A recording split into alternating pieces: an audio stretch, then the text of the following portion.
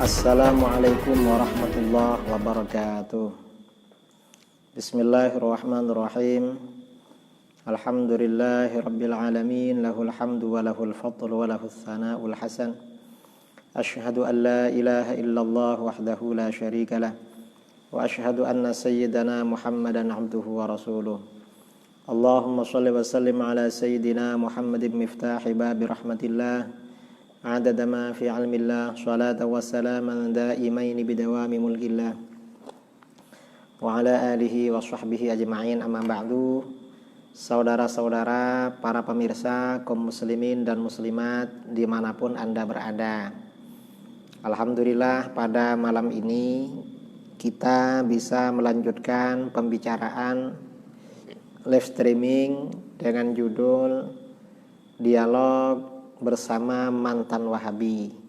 Ini di samping, di sebelah kanan saya saudara, ini Mas Arif, seorang mantan Wahabi Salafi, seorang mantan Salafi radikal ya. Dulu sering biasa mengkafirkan orang. Hampir mengkafirkan orang, Membid'ahkan orang, menyesatkan orang, dan sekarang sudah bertaubat. Alhamdulillah sekarang sudah bertaubat. Nah, tema pembicaraan pada malam ini adalah siapa Ahlus Sunnah wal Jamaah. Apakah Asy'ariyah Maturidiyah atau Wahabi atau Salafi yang Ahlus Sunnah wal Jamaah. Ini yang akan kita bicarakan pada malam ini.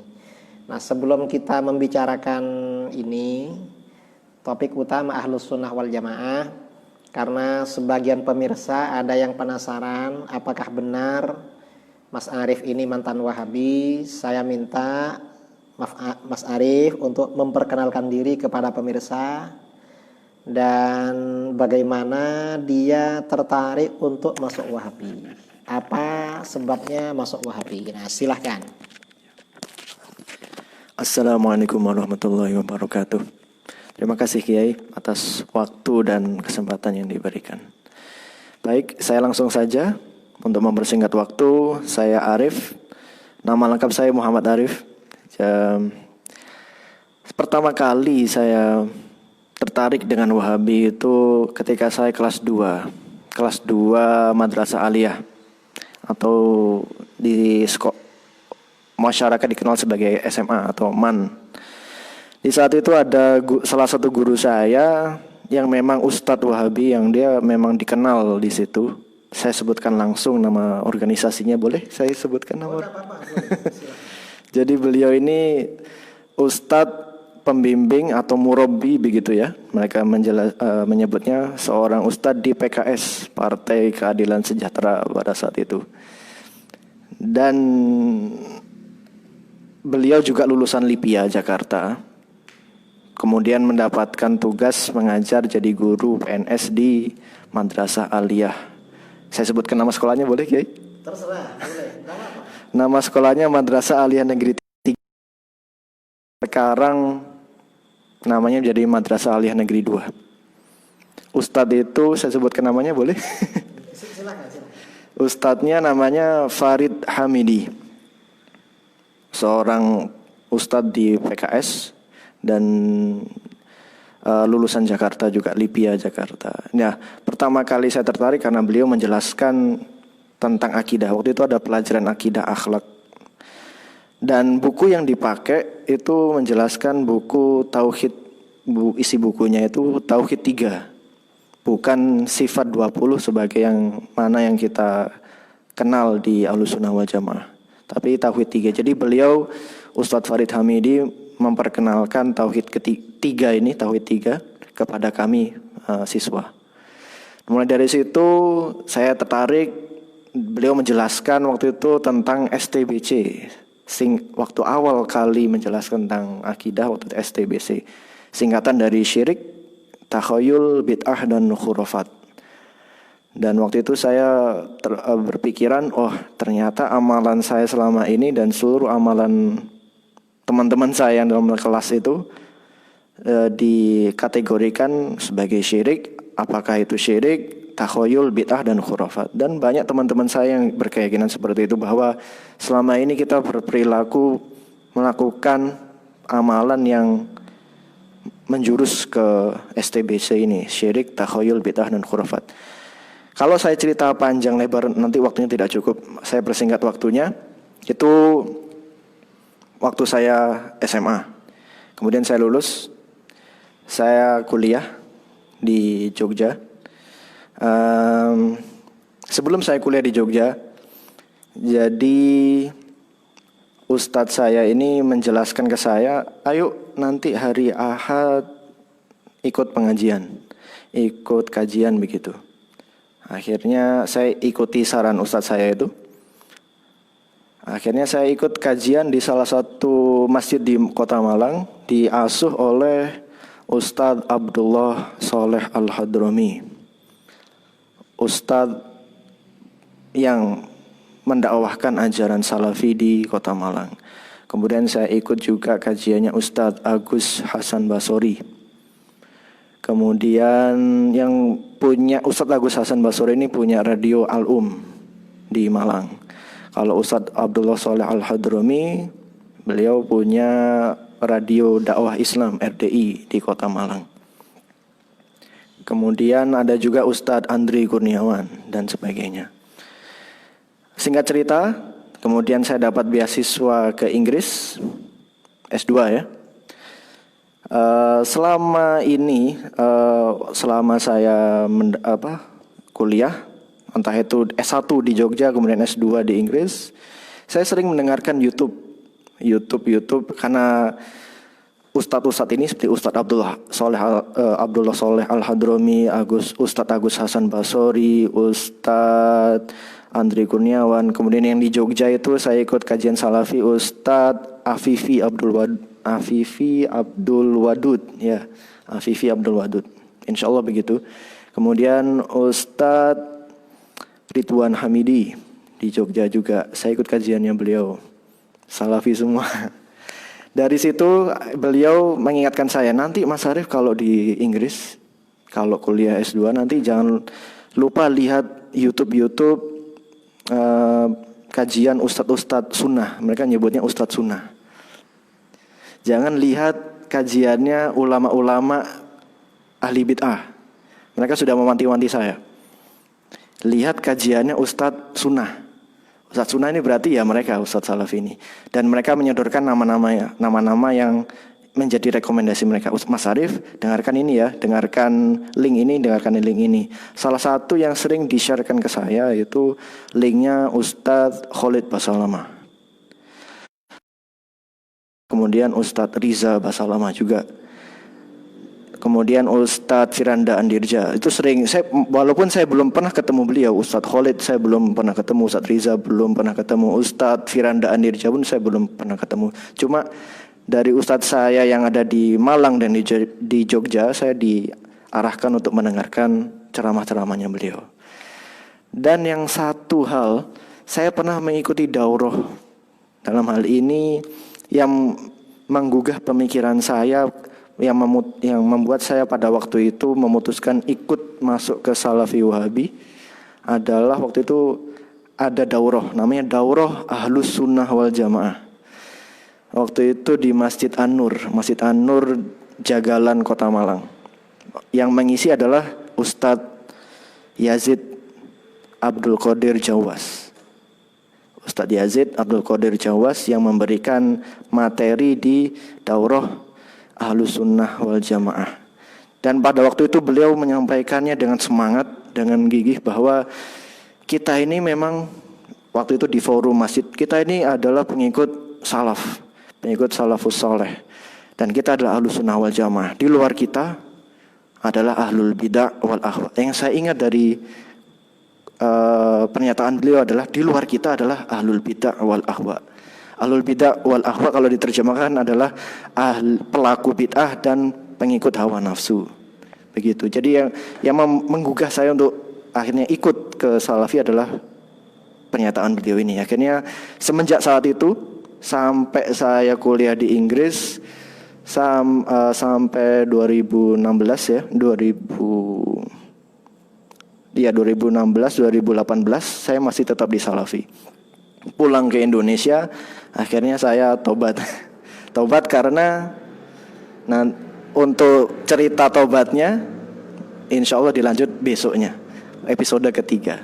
Ini saya ceritakan bagaimana saya masuk dan bagaimana saya berkecimpung di dalam Salafi Wahabi. Dulu waktu saya di Salafi Wahabi itu saya sangat keras. Bahkan biasa ya, celana itu saya potong.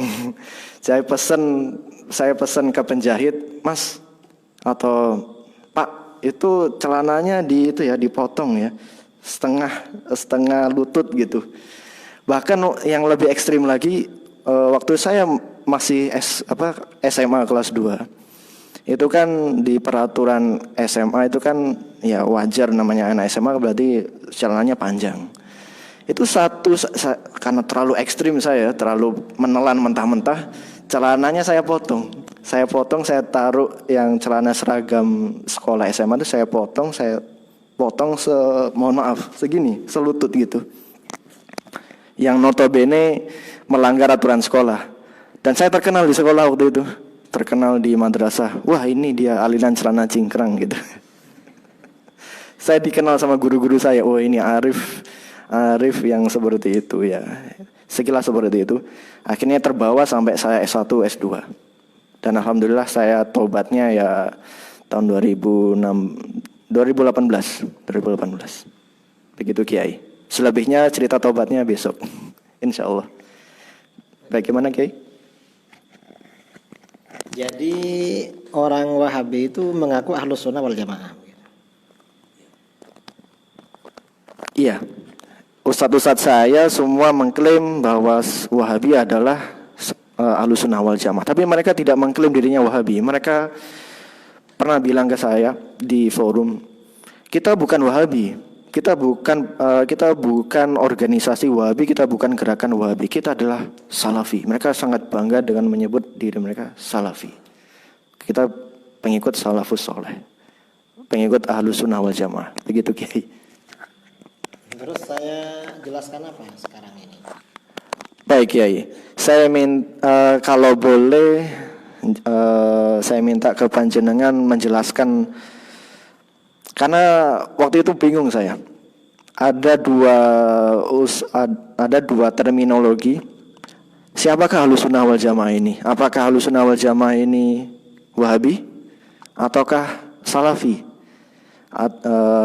Saya ulangi, apakah Ahlus Sunnah wal Jamaah ini Asy'ariyah Maturidiyah sebagai yang dianut oleh mayoritas umat Islam di Indonesia dan di seluruh dunia, ataukah Ahlus Sunnah wal Jamaah menurut versi Salafi Wahabi yang pernah saya pelajari dulu, yang pernah saya anut dulu?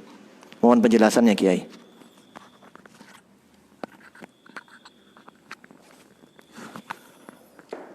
Jadi begini, Ahlus Sunnah wal Jamaah itu kalau diucapkan dalam suatu istilah, maka itu identik dengan Asy'ariyah Maturidiyah.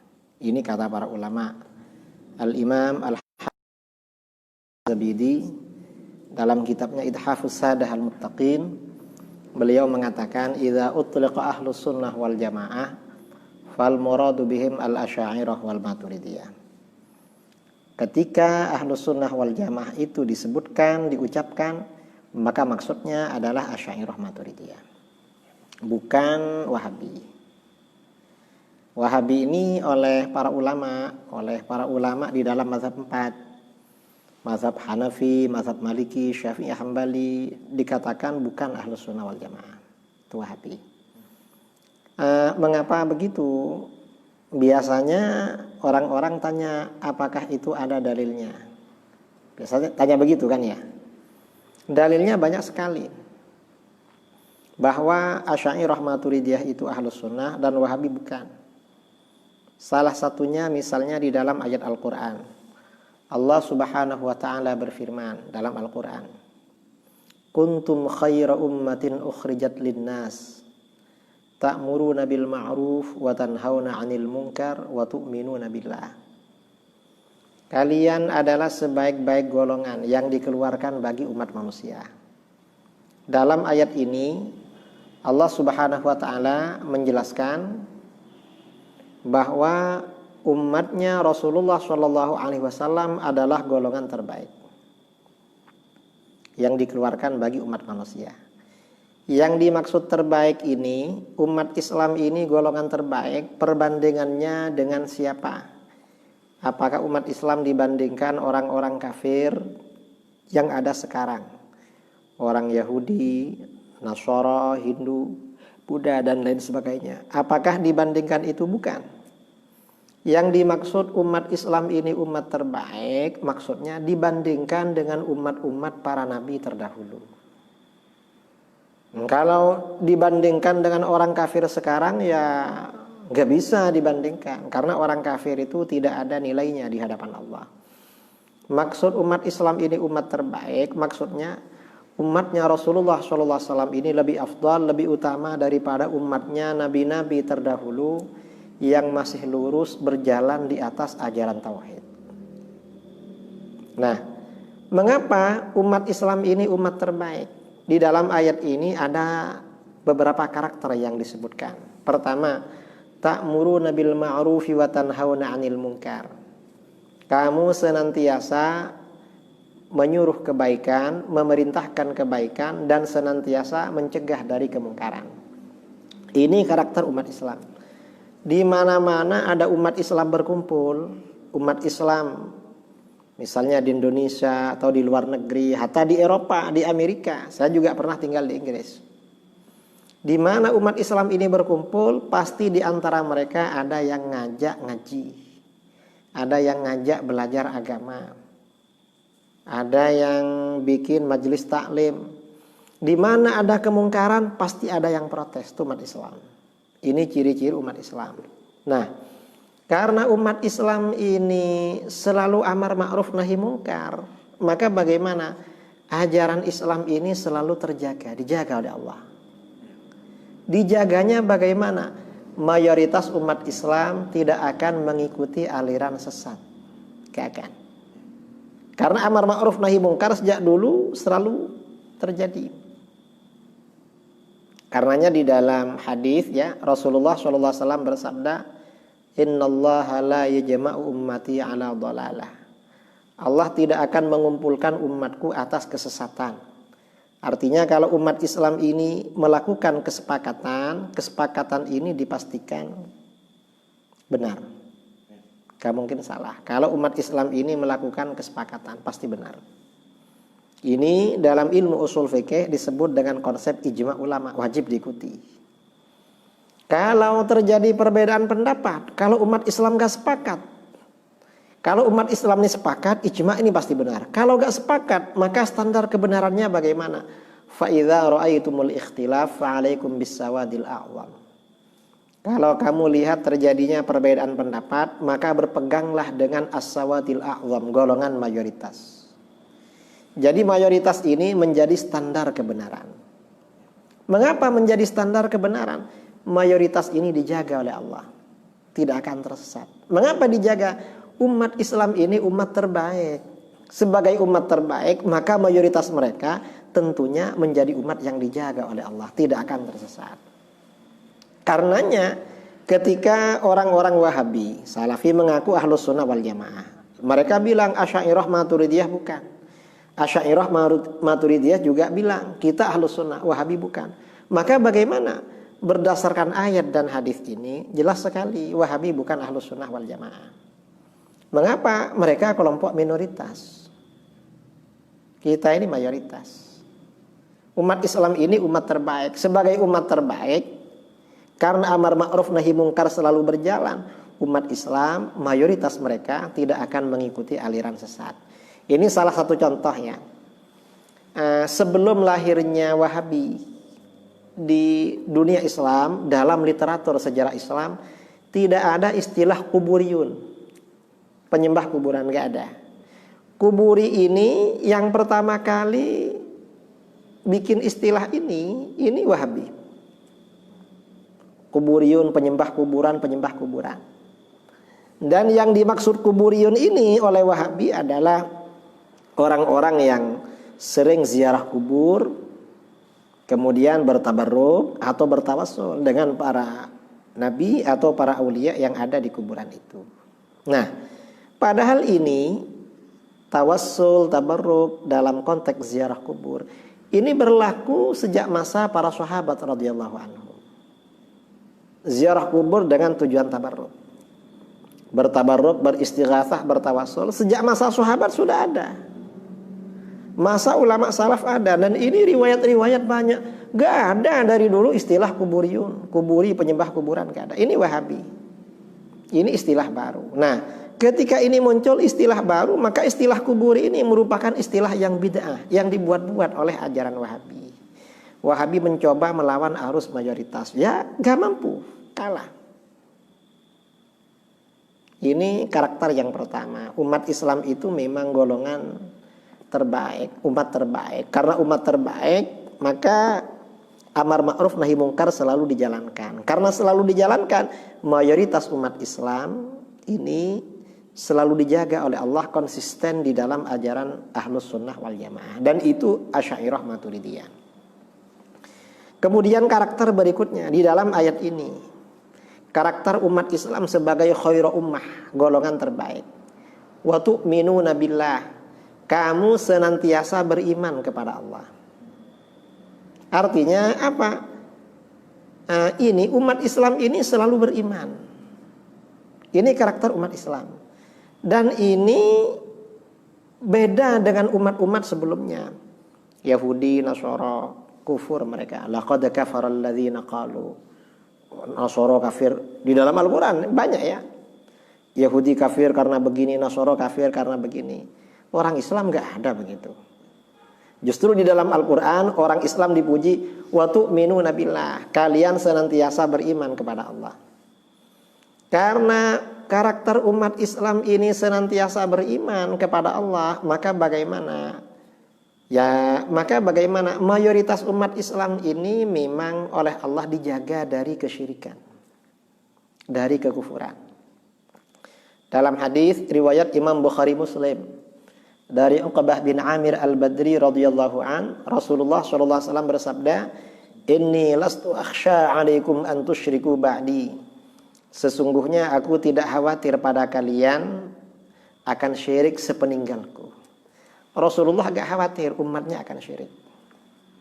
Syirik gak ada. Ya ada yang syirik, tapi ya sebagian kecil. Kalau mayoritas gak akan syirik. Wa innama akhsha 'alaikumud dunya an tanafasu fiha. Yang aku khawatirkan pada kalian sebenarnya persoalan dunia. Kalian berlomba-lomba soal dunia. Artinya apa? Kalau ada konflik di antara umat Islam, itu bukan karena kesyirikan, tetapi biasanya karena persoalan dunia. Antana fasufia fatak tatilu, karena kalian berlomba-lomba dunia, kalian saling bunuh-membunuh. Fatahliku, lalu kalian binasa, kama halaka man kana qablakum, seperti orang-orang sebelum kalian binasa. Ini dalam hadis Bukhari Muslim.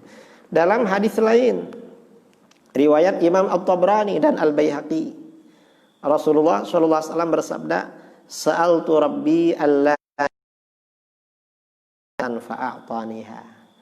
Aku memohon kepada Tuhanku agar umatku tidak kafir secara massal, secara mayoritas, maka Allah mengabulkan permohonan ini. Nah, ini artinya apa? Bahwa mayoritas umat Islam tidak akan kafir, ini sudah ada garansi dari Rasulullah SAW. Dan ini garansi ini sesuai dengan karakteristik umat Islam sebagai khairu ummah, umat terbaik. Di antara karakternya, wa tu'minuna billah, kamu selalu beriman kepada Allah. Ini umat Islam. Karenanya ketika orang-orang Wahabi mengkafirkan mayoritas umat Islam, ini jelas gak benar ini. Mengapa? Wahabi tidak ngerti keutamaan umat Islam. Umat Islam ini umat terbaik. Sebagai umat terbaik, maka keimanan ini menjadi karakter arus utama mayoritas umat Islam. Dijaga oleh Allah. Nah, yang mayoritas ini tentunya golongan yang layak disebut dengan golongan Ahlus Sunnah wal Jamaah. Jadi yang mayoritas. Mengapa?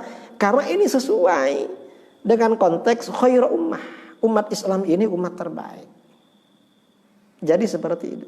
Ini diantara dalil-dalil bahwa Asy'ariyah Maturidiyah itu Ahlus Sunnah wal Jamaah.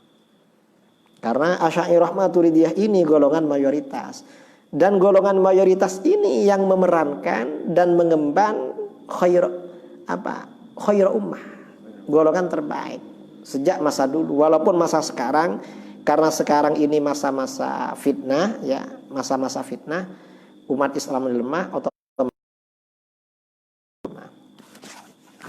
saya rasa itu. Mungkin ada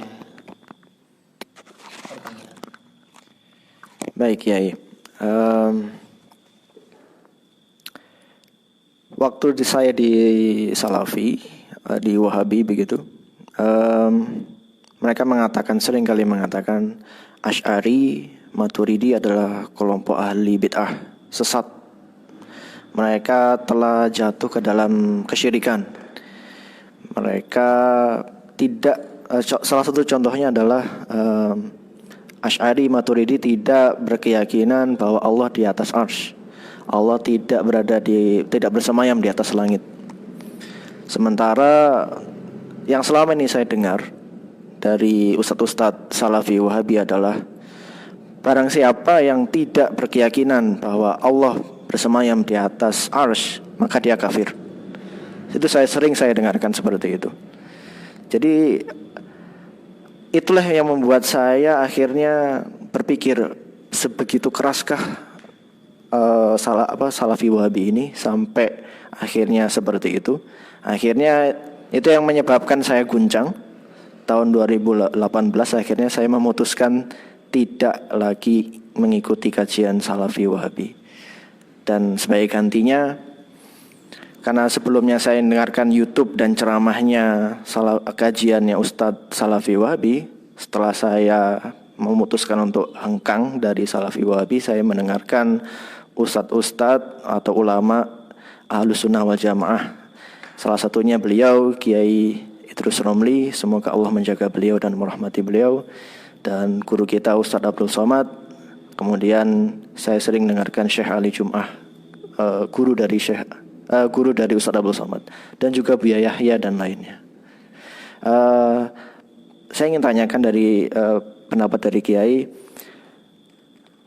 benarkah pendapat Wahabi ini yang berkeyakinan Allah itu bersemayam di atas arsy? Dan mereka mengklaim barang siapa yang tidak berkeyakinan bahwa Allah tidak berada di atas arsy, maka dia kafir. Mohon penjelasannya, Kiai.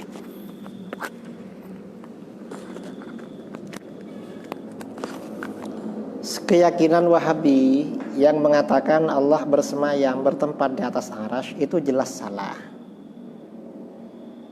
Mengapa salah? Karena itu tidak ada dalilnya. Nggak ada dalilnya. Lalu bagaimana dengan ayat yang sering mereka sampaikan, Ar-Rahmanu 'alal 'arsy istawa. Allah yang Maha Pengasih beristiwa pada arsy.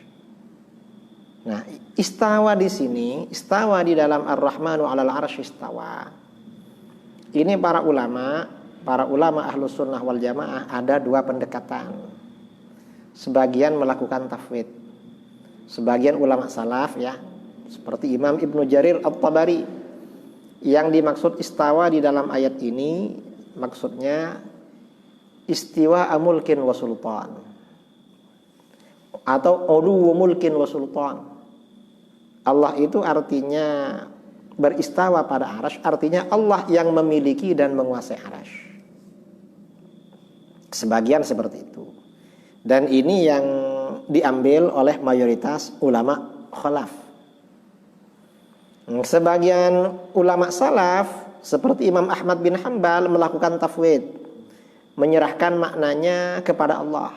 Imam Ahmad ketika ditanya tentang istawa, beliau menjawab istawa kama akhbar la kama yakhturu fi qalbil bashar. Allah itu beristawa seperti yang dikabarkan, tidak seperti yang terlintas dalam pikiran manusia. Jadi istawa di sini tidak diartikan bersemayam di atas arsy. Mengapa? Kalau istawa ini diartikan bersemayam di atas arsy, maka ini akan berlawanan dengan ayat-ayat lain yang memberikan kesan Allah justru ada di bumi. Contoh seperti ayat wa huwa ma'akum aina ma kuntum. Allah bersama kalian dimanapun kalian berada. Kita sekarang ada di Kencong, di Jember. Apa Allah ada di Jember? Kan gak begitu. Akhirnya oleh orang-orang salafi ditakwil. Ulama salaf mentakwil, maksudnya ilmuhu, Allah tahu dimanapun kamu berada. Ini ditakwil. Nah, wa huwa ma'akum aina ma kuntum ini ditakwil. Ar-Rahmanu 'alal arsyistawa juga dilakukan takwil. Karena takwil ini memang berlaku di kalangan para ulama ahli tafsir. Nah, orang-orang salafi yang tidak mau takwil istawa tetapi melakukan takwil yang lain. Jadi pilih-pilih. Kita melakukan takwil semuanya. Mengapa? Karena istawa sama dengan wa huwa ma'akum aina ma kuntum. Ini termasuk bagian dari ayat-ayat mutasyabihat. Ayat yang tidak jelas maknanya.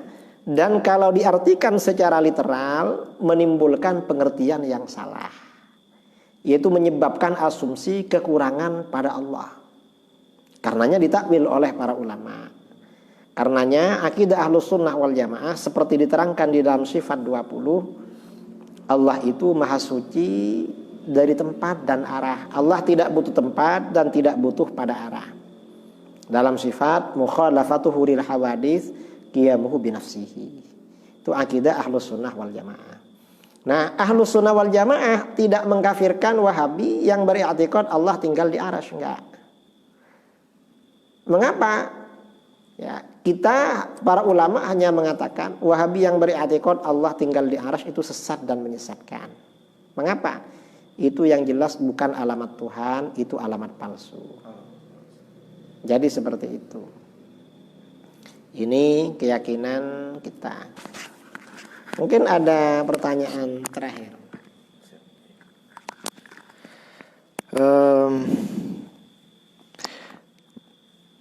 Salafi Wahabi juga sering bilang ke saya pada waktu saya ikut kajian, itu Allah memiliki anggota badan, dan anggota badan yang dimiliki oleh Allah itu sifat bagi Allah. Dan misalnya wajah, tangan, kaki dan sebagainya. Dan itu Ustadz Wahabi sering mengatakan di kajian itu bagi waktu saya dengar. Dan kita harus mengimani bahwa Allah punya anggota badan, tangan, wajah dan sebagainya. Dan itu Ustadz bilang apa yang tertera di dalam Al-Quran harus kita imani gitu. Kita yakini, kita imani. Jadi tidak kita tafsirkan seperti golongan Asy'ari dan Maturidi. Nah, menurut Kiai bagaimana? Apakah pendapat Ustadz Wahabi ini sesuai dengan ajaran Ahlus Sunnah wal Jamaah atau bagaimana? Terkait tentang ayat-ayat yang menjelaskan Allah punya tangan, punya wajah, punya kaki. Mohon penjelasannya, Kiai.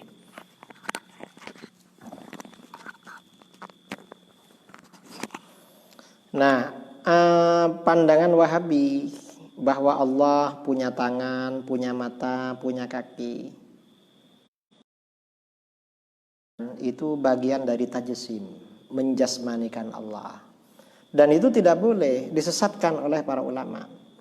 Bahkan Imam Syafi'i mengatakan al-mujassimu kafir. Orang yang menjasmanikan Allah itu kafir. Karenanya kalimat-kalimat yang seperti itu di dalam Al-Quran oleh para ulama salaf biasanya ditakwil. Karena kalau tidak ditakwil berbahaya. Misalnya mata. Mata itu bahasa Arabnya ain. Di dalam Al-Quran lafadz ain ya, yang disandarkan kepada Allah itu ada yang berbentuk mufrad, berbentuk tunggal. Walitusna'a ala aini. Jadi ketika Nabi Musa dibuang oleh keluarganya ke Sungai Nil, dirawat oleh Siti Asiyah ya, istrinya Raja Fir'aun. Walitusna'a ala aini. Ini dan agar kamu diperlakukan atau dirawat ala aini, pada mata saya. Ini maksudnya bukan mata artinya dalam penjagaan Allah, ditakwil. Kalau ini ain yang berbentuk mufrad, ada yang berbentuk jamak. yang berbentuk makna banyak. Wasna'il fulka bi'ayunina, dan buatlah perahu bi'ayunina, di dalam beberapa mata kami. Cuma oleh para ulama ditakwil, maksudnya dalam bersama penjagaan kami. Mengapa ditakwil? Kalau gak ditakwil bahaya. Kan gak mungkin Nabi Musa itu dirawat di dalam mata Tuhan, karena Nabi Musa kan ada di istana Fir'aun. Nabi Nuh gak mungkin membuat perahu ada di dalam mata Tuhan, gak. Karenanya, dan ini antara bentuk tunggal dan jamak. Ini kalau ditanyakan pada Wahabi bingung. Wahabi, kamu bilang Tuhan punya mata, mata Tuhan berapa? Kalau bilang satu, karena walitusna ala ini, ya kok cuma satu matanya, alangkah jeleknya Tuhan. Kalau mereka bilang matanya banyak sekali karena ini bentuk jamak, jelek juga. Ini karenanya oleh para ulama ditakwil, ini berarti ayat mutasyabihat. Mengapa? Memberikan kesan yang jelek, yang tidak bagus, yang salah. Ini perlunya takwil di dalam masalah ini. Atau iyad juga begitu ditakwil. Karena kalau tidak ditakwil menimbulkan kesan pengertian yang salah, yang fatal. Oleh para ulama ditakwil. Jadi begitu.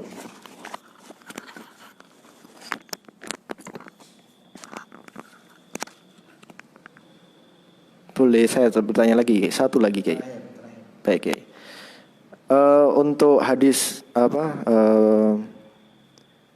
Allah yang turun ke langit dunia yang sepertiga malam terakhir itu, untuk menjawab doa-doa para hamba yang berdoa di sepertiga malam terakhir. Allah turun ke langit dunia. Mohon penjelasannya Kiai. Apakah maksud dari Allah turun ke langit dunia ini? Kalau menurut Salafi Wahabi itu ya kita imani begitu. Kita imani dohir ayatnya. Allah turun ya berarti Allah turun.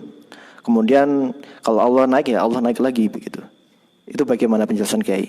Setelah saya mengikuti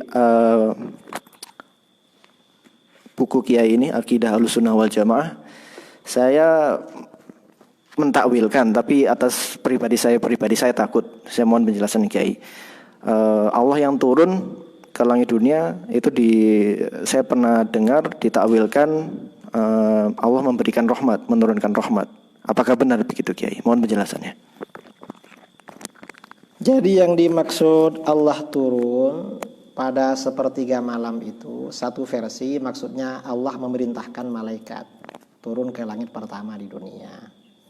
Ada satu versi takwil rahmat Allah diturunkan, dan ini bisa dikompromikan, malaikat yang membawa rahmat yang turun. Jadi maksudnya seperti itu. Dan tidak diartikan Allah turun dalam arti berpindah dari satu tempat ke tempat lain. Karena berpindah dari satu tempat ke tempat yang lain itu sifatnya benda, sifatnya jisim. Allah bukan jisim. Dan Imam Ahmad bin Hanbal tidak mau pada takwil seperti itu, pada pemahaman zahir seperti itu. Karenanya ketika ditanya tentang ayat wajah rabbuka wal malaku soffan soffa, datang Tuhanmu, maksudnya datang itu artinya perintah Tuhanmu yang datang.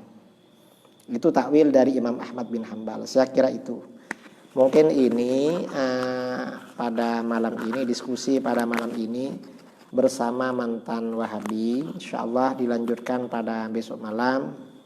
Mudah-mudahan bermanfaat ya. Bermanfaat. Mari kita baca doa bersama. Bismillahirrahmanirrahim. Alhamdulillahirabbil alamin. Allahumma shalli ala sayyidina Muhammadin al-Fatih lima ughliqa wal khatim lima sabaqa nasiril haqqi bil haqqi wal hadi ila shiratikal mustaqim wa ala alihi wa sahbihi haqqa qadrihi miqdarihi al-azim. Allahumma atina fid dunya hasanatan wa fil akhirati hasanatan wa qina adzaban nar. ربنا اغفر لنا ولإخواننا الذين سبقونا بالإيمان ولا تجعل في قلوبنا غلا للذين آمنوا ربنا إنك رؤوف رحيم وصلى الله على سيدنا محمد النبي الأمي وعلى آله وسلم سبحان ربك رب العزة عما يصفون وسلام على المرسلين والحمد لله رب العالمين. السلام عليكم ورحمة الله وبركاته.